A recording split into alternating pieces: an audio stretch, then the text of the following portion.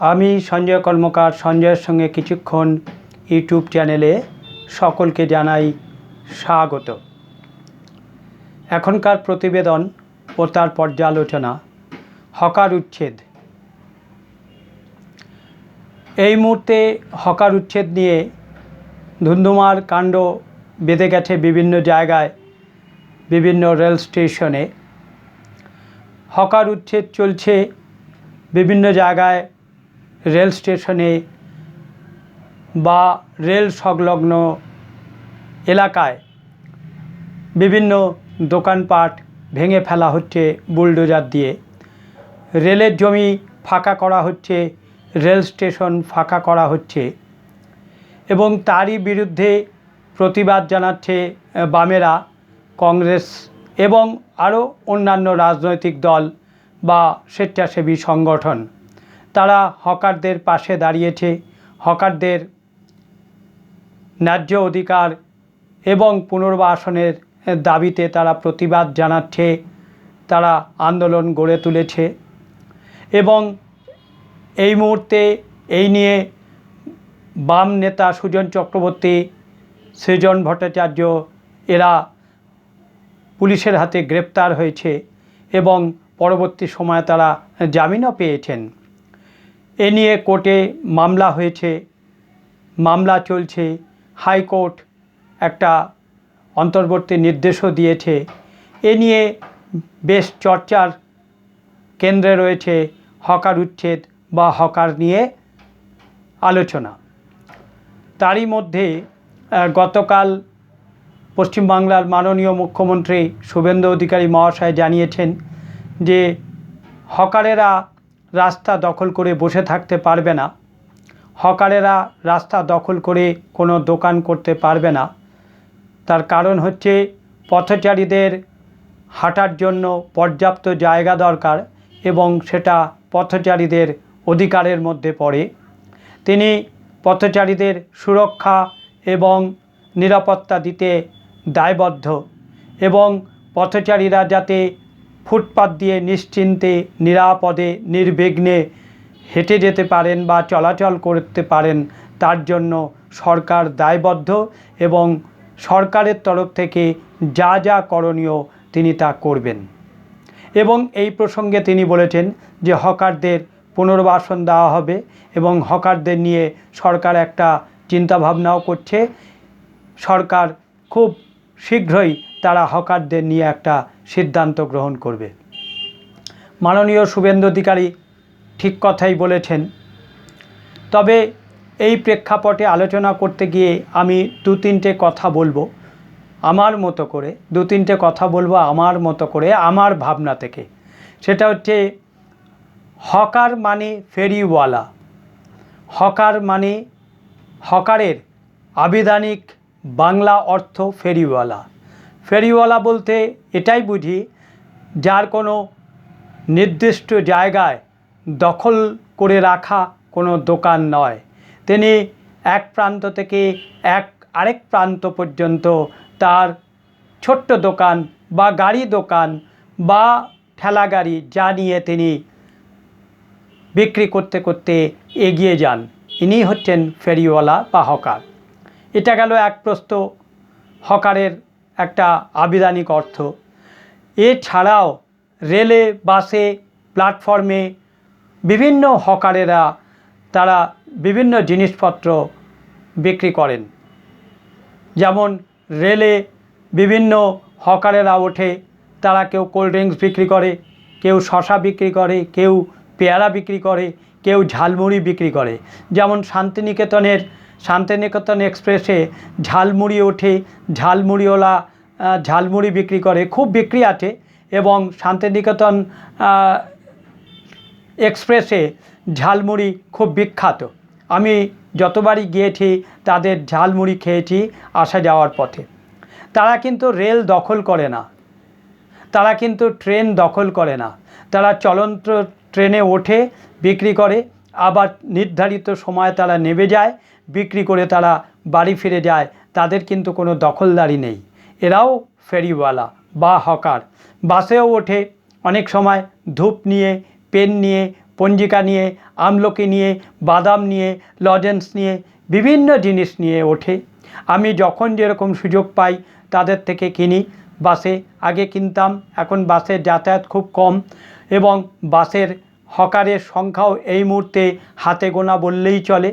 আগে গড়ের মাঠে যখন খেলা হতো তখন 80A 80B এরকম বহু বাস থাকতো।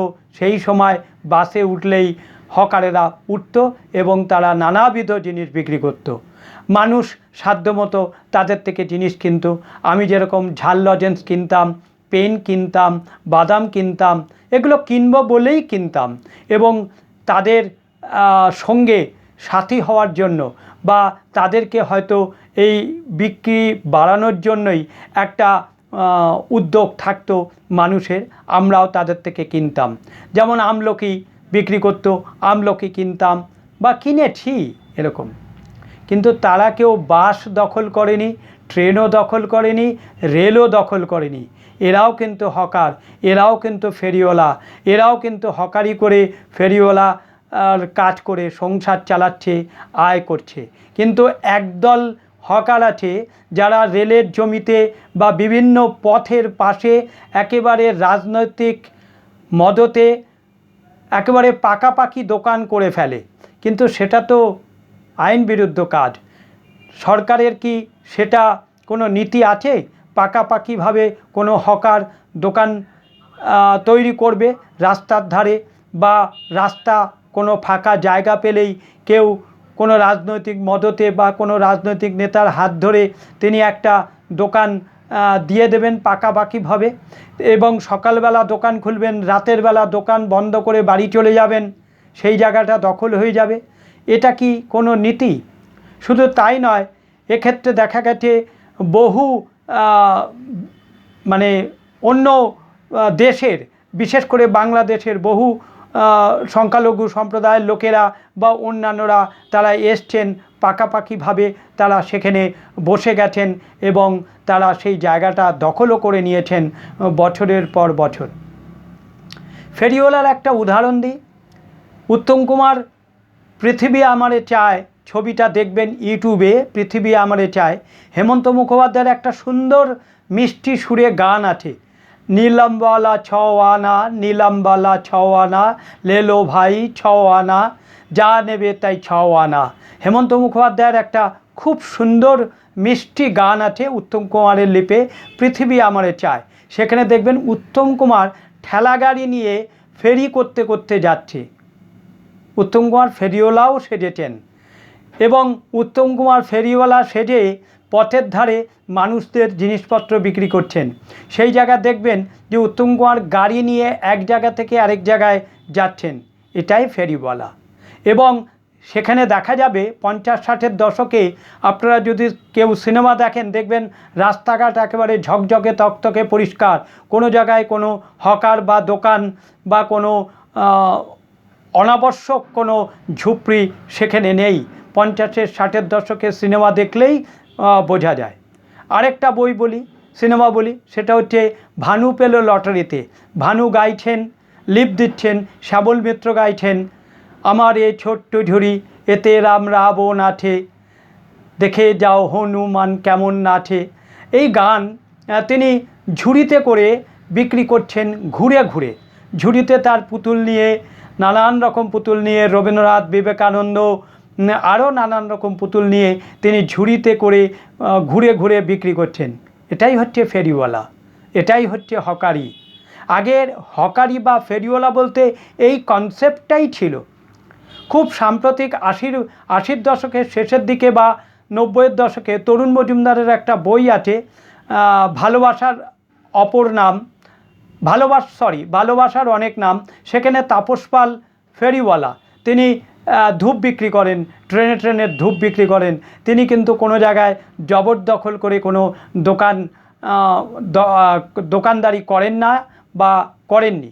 সেখানে তিনি ধূপ বিক্রি করছেন, ট্রেনে ট্রেনে ধূপ বিক্রি করছেন, তাই করেই তিনি সংসার চালান, তাই দিয়ে তিনি আয় করেন এবং তার সংসার চলে।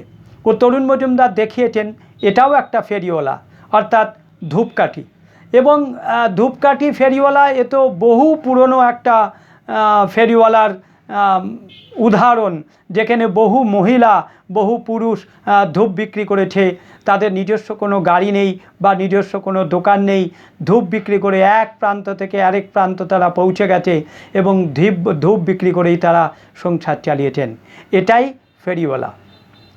তবে অবশ্যই যারা বসেছেন, যারা অন্যায্যভাবে বসেছেন বা যারা এদেশের মানুষ না, যারা বিদেশি বলতে গেলে আমি বলতে চাইছি, যারা বাংলাদেশি, রোহিঙ্গা বা অন্য কোনো দেশের মানুষ, যারা এদেশে এসে জবরদখল করে জায়গা দখল করে বসেছে, তারা নিশ্চয়ই পুনর্বাসন পাবেন না, তাদের পুনর্বাসন পাওয়ার কথাও নয়। কিন্তু আমাদের রাজ্যের যারা মানুষ এত হকার বসেছে, তারা কি সবই আমাদের রাজ্যের মানুষ, আমাদের রাজ্যের হকার? এটা নিয়ে একটা প্রশ্ন তো নিশ্চয়ই থাকে। কংগ্রেসের আমলে হকার বলতে তেমন কিছু ছিল না, সেটা ফেরিওয়ালাই ছিল। বাম জামানা থেকেই শুরু হলো হকার ব্যবস্থাটা পাকাপাকিভাবে। যাই হোক, সেটা একটা অতীত ঘটনা, তৃণমূলের আমলেও সেটা হয়েছে। তবে 2023 সালের সেই ভাইরাল গানটা মনে আছে তো, অনুপ্রেরণায় ঝালমুড়ি, দিদি জ্ঞান দিচ্ছে ফ্রিতে, ভুলো না সঙ্গে নিতে একটু মুড়ি আর ঝুড়ি। এই গানটা খুব হিট হয়েছিল 2023 সালে। একজন গেয়েছিলেন ডুয়েট গান, একজন গায়িকা আর একজন গায়ক ছিল। গানটা সুপার ডুপার হিট হয়েছিল এবং খুব সম্ভবত সেই ইউটিউবারকে বা সেই সঙ্গীত শিল্পীকে পুলিশ দিয়ে হেনস্থাও করা হয়েছিল এই গানটা গাইবার জন্য। দিদি জ্ঞান দিচ্ছে ফ্রিতে, ভুলো না সঙ্গে নিতে মুড়ি আর ঝুড়ি। এই গানটা খুব বিখ্যাত হয়েছিল এবং অপূর্ব সুর ছিল, অপূর্ব কথা, অপূর্ব সুর ছিল এই গানটা। আমি বহুবার শুনেছি এই গানটা, ইউটিউবে বহু মানুষ এই গানটা শুনেছে।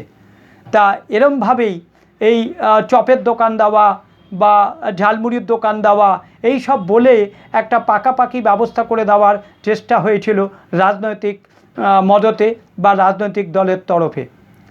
কিন্তু বর্তমানে নতুন সরকার, পরিবর্তনের সরকার, পাল্টে যাওয়া সরকার, তারা নতুনভাবে সরকার চালাতে চায়, তারা নতুনভাবে মানুষকে পরিবেশ দিতে চায় এবং মানুষের স্বার্থে তারা কাজ করতে চায়। মাননীয় শুভেন্দু অধিকারী মহাশয় তিনি বলেছেন যে হকারদেরও পুনর্বাসন দেওয়া হবে।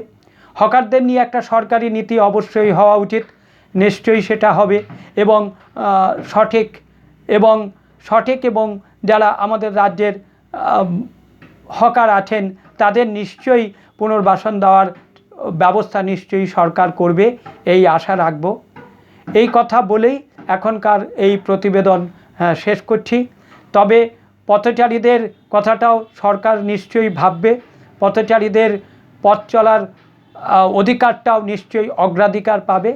এই কথাটা বলেই আমি আমার প্রতিবেদন শেষ করছি। সবাই ভালো থাকবেন, সুস্থ থাকবেন এবং আনন্দে থাকবেন। আমার চ্যানেলটিকে লাইক করবেন, সাবস্ক্রাইব করবেন এবং আপনাদের গুরুত্বপূর্ণ মতামত আমার কমেন্টস বক্সে জানাবেন। আমার প্রতিবেদন ভালো লাগলে অবশ্যই শেয়ার করবেন। নমস্কার।